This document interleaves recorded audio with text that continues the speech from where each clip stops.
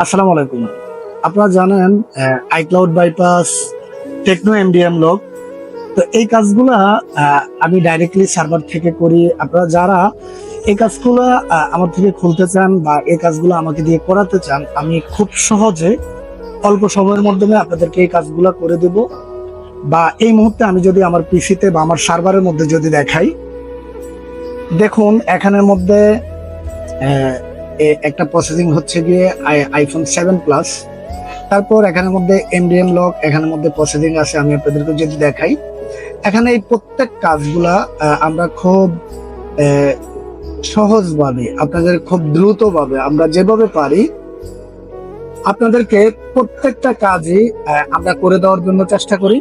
তো আমি যদি আপনাদেরকে এখান থেকে দেখাই, আমি এখানের মধ্যে আপনাদেরকে টোটালি যেটা দেখাতে চাচ্ছি, এটা হচ্ছে এখান থেকে একটা আইক্লাউড বাইপাস ছিল। তো এটা এখান থেকে অ্যাক্টিভেশন ডিভাইস চাচ্ছে।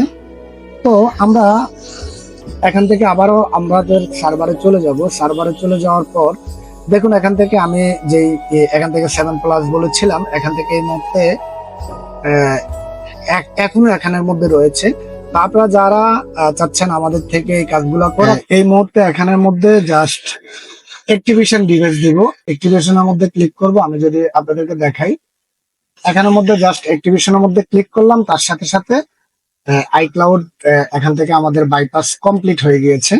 তো আপনারা যারা আমাদের থেকে আইক্লাউড বাইপাস করতে চাচ্ছেন বা আইক্লাউড বাইপাস করাতে চাচ্ছেন,